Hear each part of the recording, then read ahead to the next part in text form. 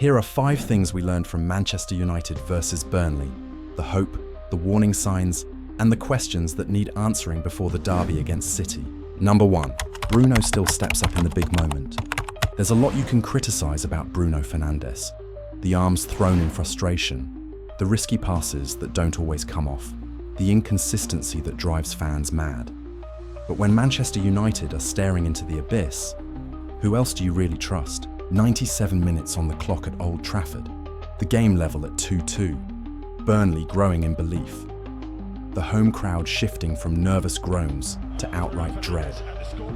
Everyone has seen this script before: United dominate, squander chances, concede cheap goals, and end up punished. But instead, Bruno picked up the pen and rewrote the ending. And here's what makes it even bigger. Just 1 week earlier at Fulham, Bruno missed from the spot with the score at 0-0. That miss cost United 2 points and opened the floodgates for criticism. Fans said he'd lost his nerve. Some pundits even questioned if he should even be taking penalties anymore. So picture the scene. Stoppage time at Old Trafford, Ruben Amorim's tenure already hanging by a thread on match day 3. And the same man who had just fluffed his last spot kick in the Premier League now stands with the ball in his hands again. This wasn't just another penalty. This was pressure multiplied. He struck it clean and true. Relief, ecstasy, disbelief.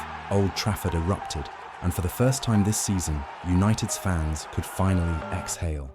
This wasn't just a goal. It was Bruno showing that even when United wobble, he's still the man for the big moment. And the irony is, he needed it. After weeks of criticism, questions about his role in Ruben Amorim's system, frustrations with his form, this was redemption. Bruno isn't flawless, but when the lights are brightest, he doesn't hide. Without him, United walk away with 1 point and more boos at full time. With him, they walk away with hope. Number 2, attacking patterns are clicking, but we're still not. For weeks, the story around United has been predictable. Too slow in possession, no real structure going forward, and not enough end product. Against Burnley at Old Trafford though, there were finally signs of life. Ruben Amorim's ideas started to show. From the first whistle, United actually carved Burnley open. Mount rattled the crossbar inside 10 minutes. Xerxes was dragging defenders out of position. Ahmad kept popping up in clever spaces. And Bryan Mbeumo finally got his reward with his first Premier League goal for United. The movement was sharper, the link-up play more deliberate. You could see overlaps, through balls, and proper patterns of play emerging. It wasn't just hopeful crosses or waiting for Bruno to pull a rabbit out of the hat. And the numbers back it up. More than 20 shots, close to 3.5 xG. That's the output of a team creating, and creating often. For the first time this season, it felt like United were playing with attacking gears. But here's the frustrating part. We should have been out of sight before half-time. For all the chances, the finishing was woeful. Xerxes missed 2 golden opportunities. Ahmad fluffed his lines, and even Fernandes saw shots blocked or dragged wide. The volume of chances is encouraging, but wastefulness is killing us. Against better sides, you don't get 20 looks at goal. You maybe get 3. And right now, United don't look clinical enough to make those 3 count. So yes, the attacking patterns are clicking, but the team isn't fully clicking yet. That difference is crucial.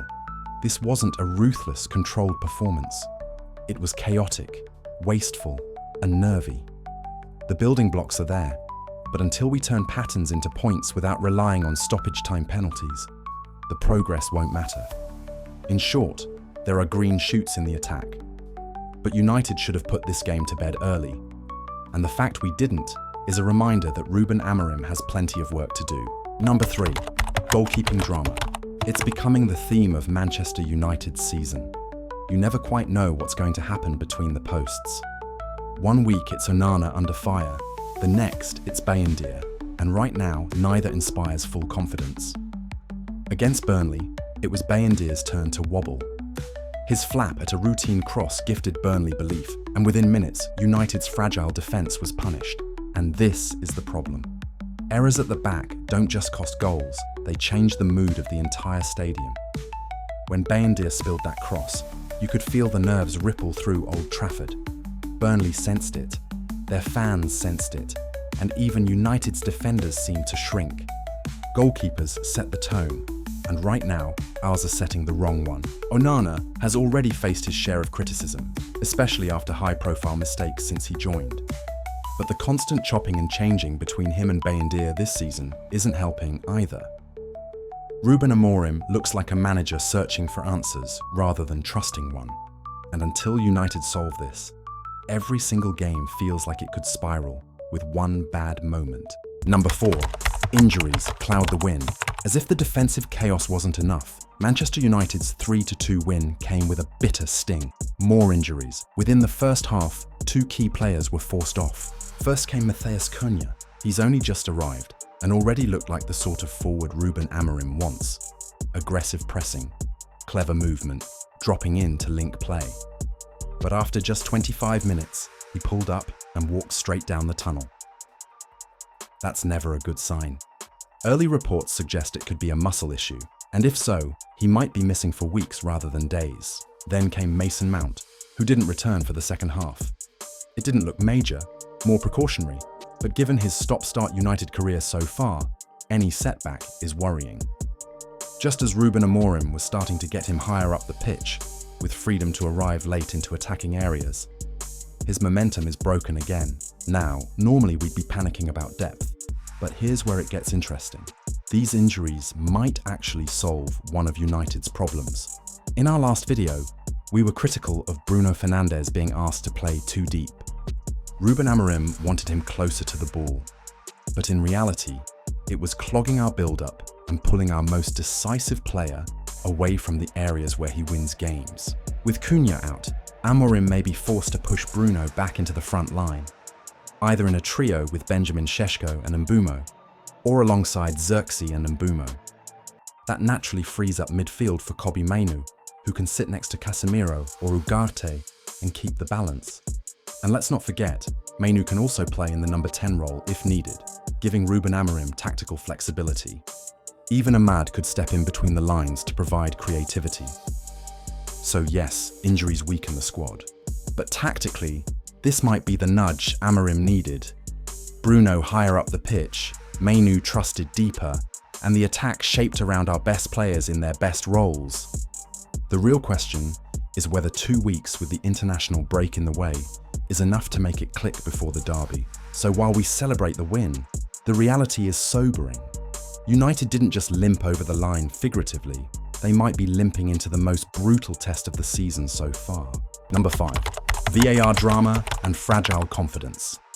No Manchester United game these days is complete without some controversy, and Burnley at Old Trafford was no different.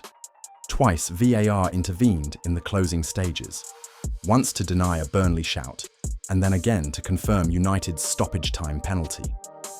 The Burnley bench were furious, their fans felt robbed, and online debate is still raging. But the reality is simple. By the letter of the law, the decisions were correct. And yet, that doesn't make it feel any less chaotic. You could sense the tension in Old Trafford every time the referee put his hand to his ear. For a team already fragile, moments like that don't just affect the opposition, they seep into United too. When a crowd goes flat with nerves, when defenders stop trusting each other, when even your goalkeeper looks shaky, the margin for error disappears. That's the story of United right now. Not control, not dominance, but hanging on by the fingertips. Burnley didn't need 20 shots to trouble us. They scored twice from situations that should have been managed easily. And if Burnley can do that, what's going to happen when it's Pep's Man City running at us in 2 weeks' time? This is why Ruben Amorim has to use the break wisely. It can't just be about fitness or recovery. United need drills, repetition, organisation, especially defending crosses and set pieces, where every opponent now smells blood. Because if City get the same looks Burnley got, the scoreline won't be 3-2. It'll be brutal. The win matters. The 3 points were essential. Bruno's redemption moment at the death gave fans something to hold on to. But underneath, nothing has really changed yet. United are still fragile. United are still living on moments, not systems. And unless something shifts quickly, one derby at the Etihad could undo all the hope we clawed back at Old Trafford.